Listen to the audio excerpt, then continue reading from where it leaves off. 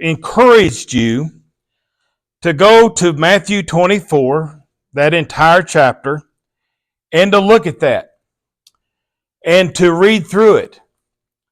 I also encourage you to go to the Gospel of Mark, the 13th chapter, beginning there in verse 1 and reading to verse 37.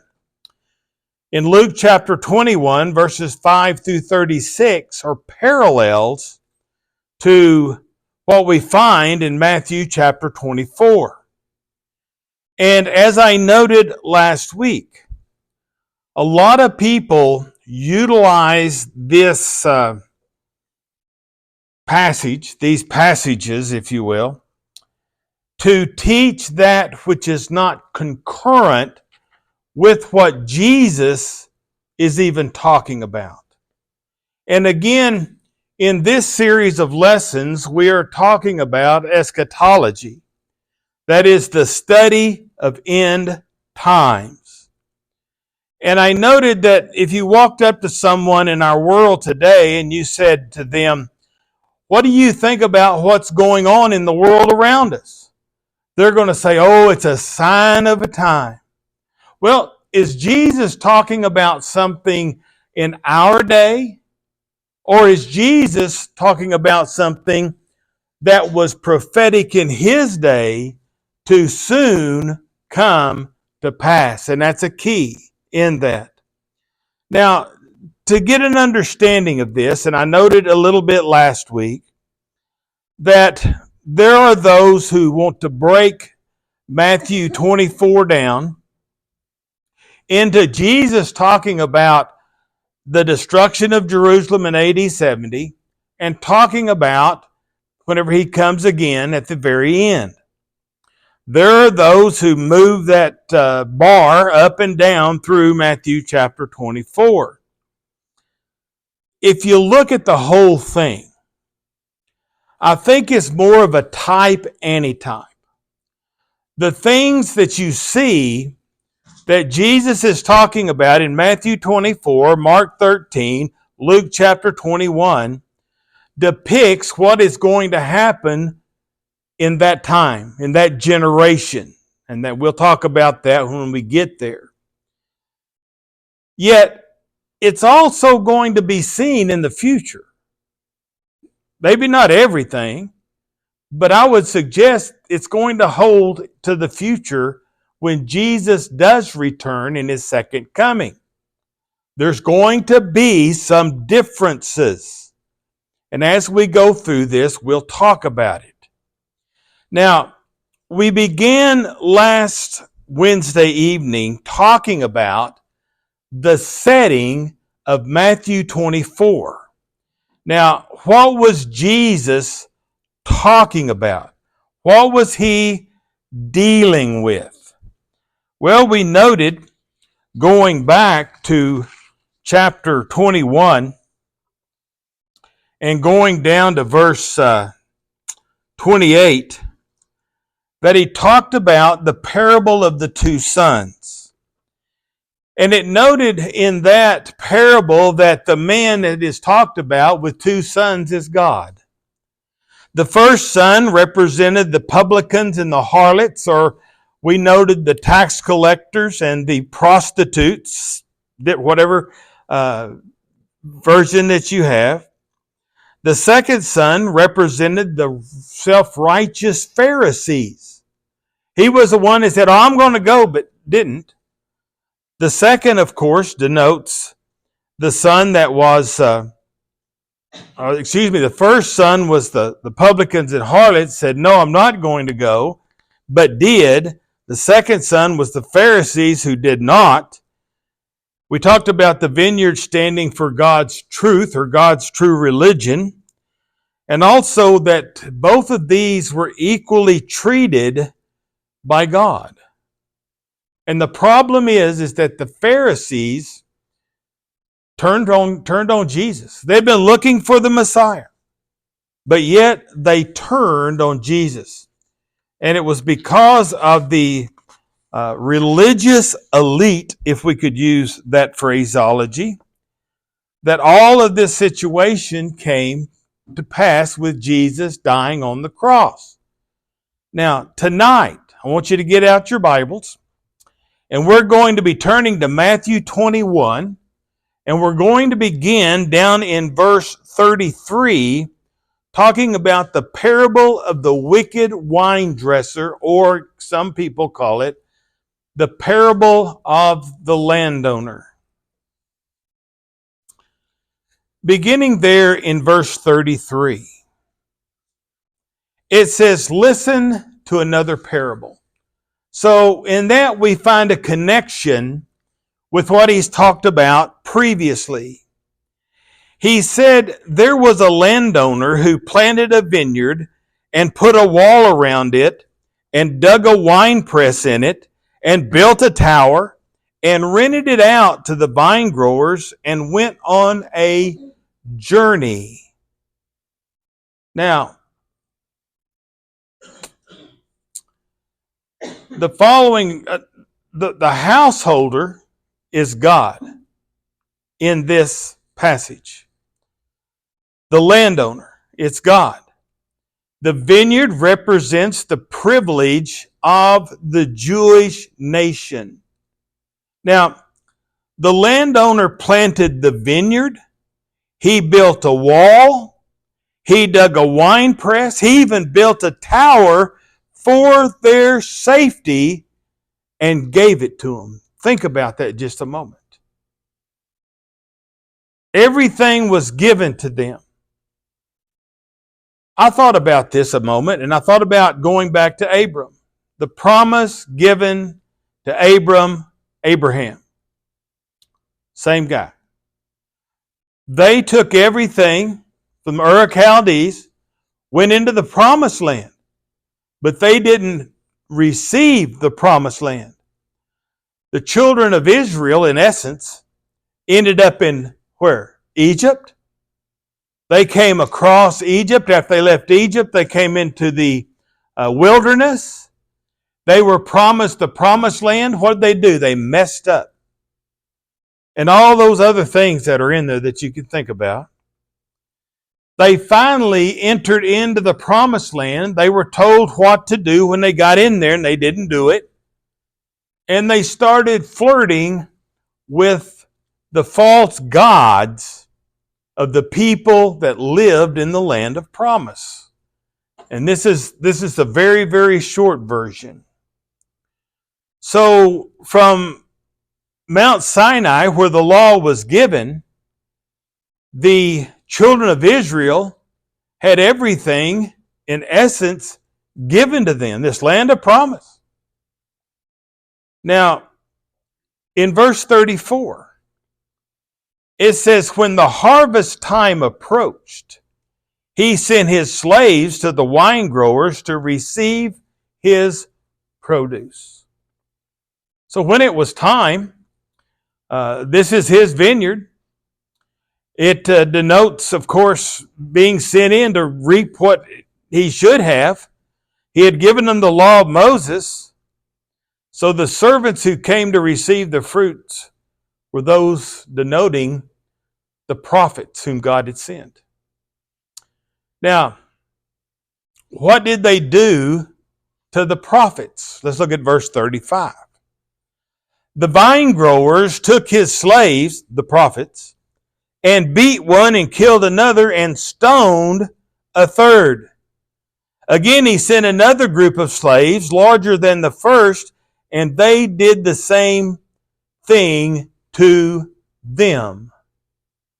This was the problem. They would kill the prophets, run them off, anything to get rid of them because they wanted to do things their way. And again, we talked a little bit last time. I'll have to flip over here to look at this word, if I may, quickly. The Mishnah, which was the verbal laws that were made up by the rabbis, was in vogue. They were separate and apart from the law of Moses. In essence, they were adding it to. And of course, we understand the Talmud was that when it was written down.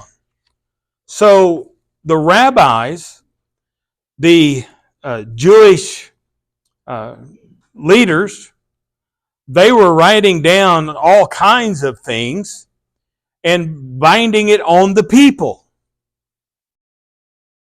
Now, I noted if you go back over in Revelation where it says don't add to or take away from, why do you think that's there? Well, number one, that we don't supposed to be doing that. We also find it in the Old Testament. So the servants who came to receive the fruits were the prophets whom God sent to Israel. Now, they killed them. They stoned them. They got rid of them. Let's look at verse 37. It says, but afterward he sent his son to them, saying, they will respect my son. Now, the rabbis, the priest, same group, they had been looking for the Messiah. They wanted the Messiah to come. But they weren't looking for a Messiah like Jesus.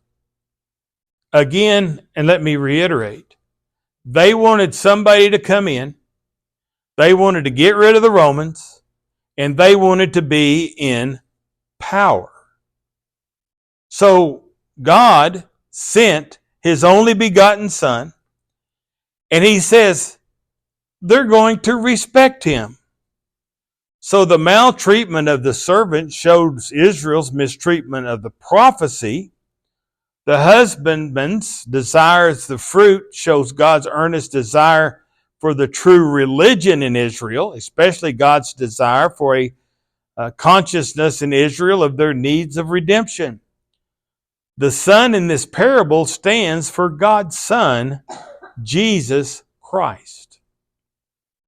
So the Messiah comes. It wasn't what they wanted. So what did they do? Let's look at verse 38. But when the vine growers saw the Son, they said to themselves, this is the heir come. Let us kill him and seize his inheritance. Think about that just a minute. They wanted to kill him and seize his inheritance.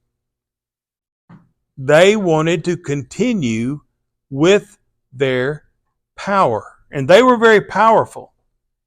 If you go back and you watch the video about the destruction of Jerusalem, the siege of Jerusalem that we looked at, it notes how powerful the Temple Mount was. And those there in charge of that Temple Mount, they were the rulers. They were ruling the people. They had that power. Well, they wanted to keep it. Verse 39.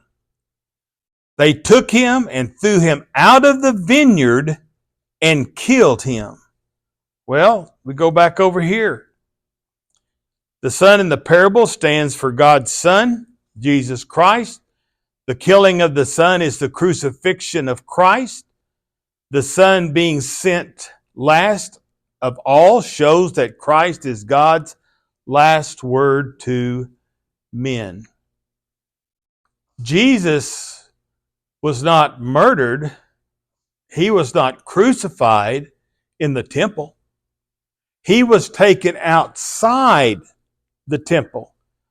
And that's what Jesus is talking about here. They threw him out of the vineyard and killed him.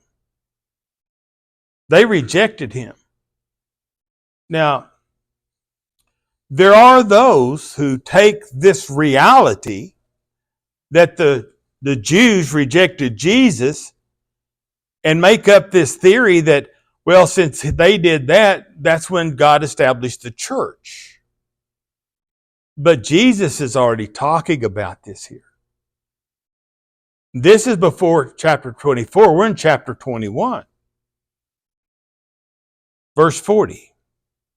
Therefore, when the owner of the vineyard comes, what will he do to those vine growers?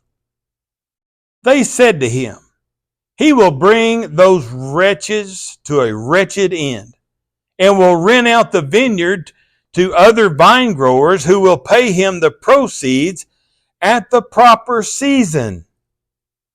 Well, let's go back to our list here. The taking of the vineyard away from the wicked husbandman and giving it to other representatives, the displacement of Israel by the Gentiles in the church. He gave it to Christians. And the Bible teaches us, the New Testament teaches us, that Christians are now God's chosen people. The children of Israel, the Jews, fulfilled their role in bringing forth the Messiah. Now, they are no longer God's chosen people as they were before. But how does one of those individuals become a chosen person of God? They become a Christian. And that's what it notes here within this context. Now, the last part here. The householders going into another country represents God leaving Israel to their own devices for a long period prior to the coming of Christ. So they are left today literally to their own devices. Let's look here at verse 42.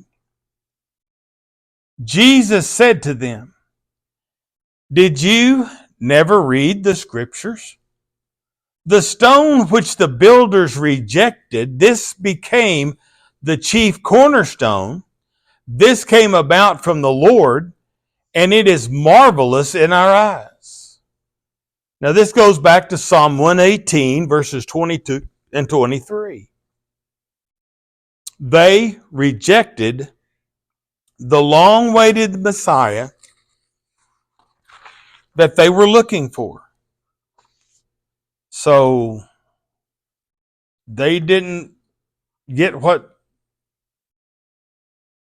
well, they got what they rejected, let's put it that way. Verse 43. Verse 43. Therefore I say to you, the kingdom of God will be taken away from you and given to a people producing the fruit of it. In other words, talking about the end of the old covenant and the beginning of the new. We'll go back over to Hebrews and study all that. It's the end of the Mosaical dispensation, moving into the Christian dispensation. So all of these things are going to be changed. Now, verse 44. And he who falls on this stone will be broken to pieces, but on whomever it falls, it will shatter him like dust. That takes us back up to verse 41. He will bring those wretches to a wretched end and will rent out the vineyard to other vine growers who will pay him the proceeds at the proper season. And that's what he did. That's what took place at the destruction of Jerusalem. Verse 45, when the chief priests and the Pharisees heard his parable, now listen to this, they understood that he was speaking about them. They knew what they had done, and they knew it. And they knew who he was talking about. And they sought to seize him. They feared the people because they considered him to be a prophet. Well, in essence, they rejected Jesus. They had killed the prophets. They weren't doing what God commanded them to do. So they found themselves in jeopardy.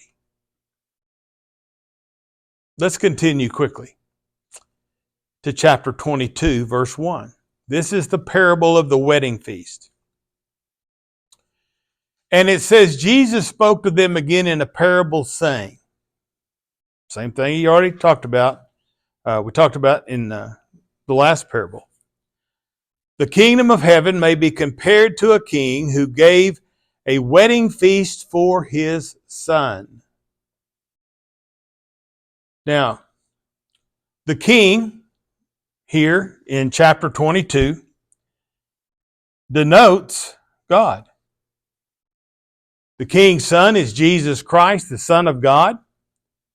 And the marriage supper stands for the privilege of the true faith, or we might say the faithful.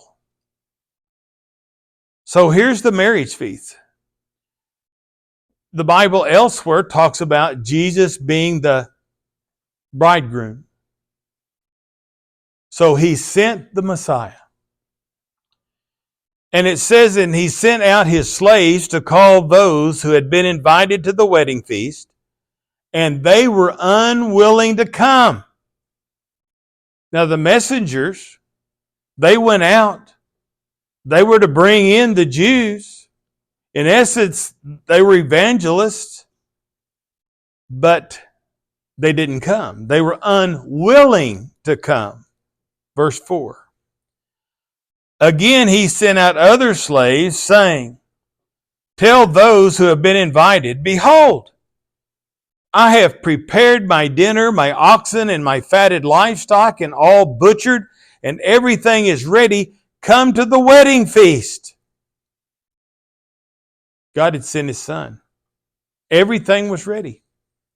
Everything was ready for them to come and accept the Messiah.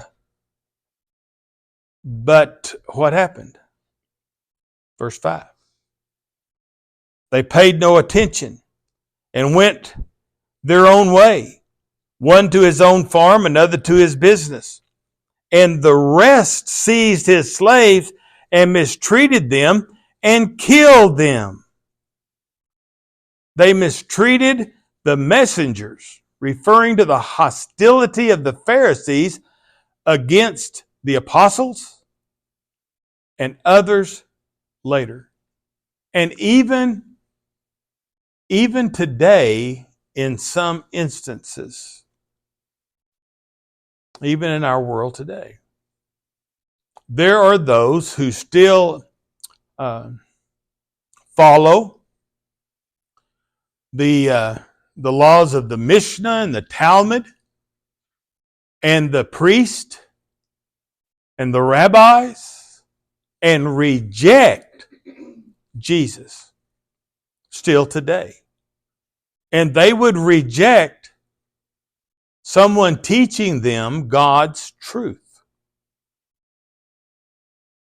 And they're still very adamant about their holding on to something that has been over for nearly 2,000 years.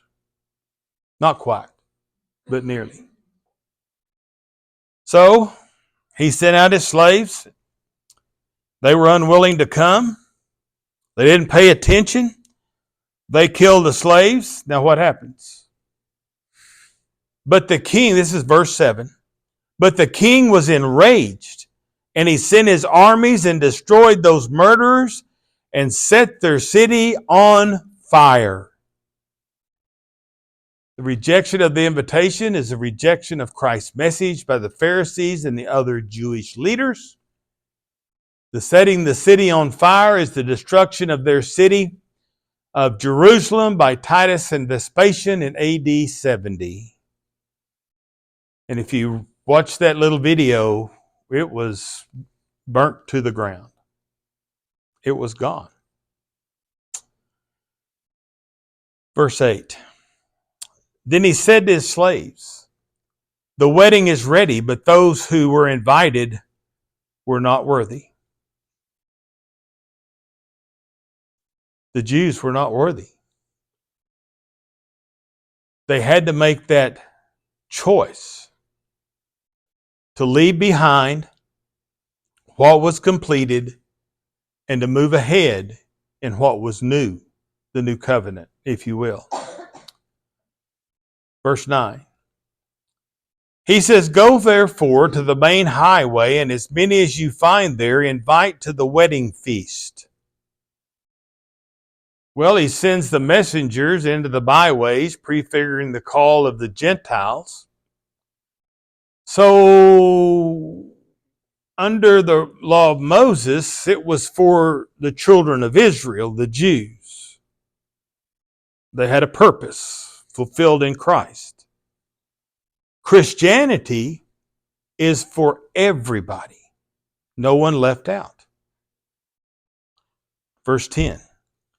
Those slaves went out into the streets and gathered together all they found, both evil and good, and the wedding hall was filled with dinner guests.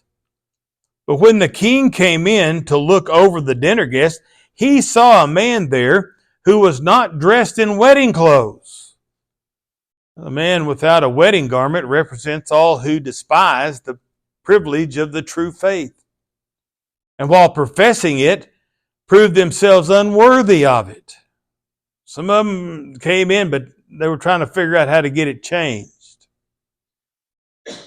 So the coming of the king to see the guest is the arrangement of all men at the final judgment. The binding of the offender and casting him out shows the punishment of the wicked. Now, verse 12. He said to him, "Friend, how did you come in here without wedding clothes?" And the man was speechless. Then the king said to the servants, "Bind him hand and foot, and throw him into the outer darkness. In the place there will be weeping and gnashing of teeth. For many are called, but few are chosen." That's the same thing that he talked about up in Matthew, about chapter 7, in the Sermon on the Mount, if I'm thinking correctly. The problem that Jesus is dealing with is the religious leaders, the priests, Pharisees, Sadducees, Essenes, all this group.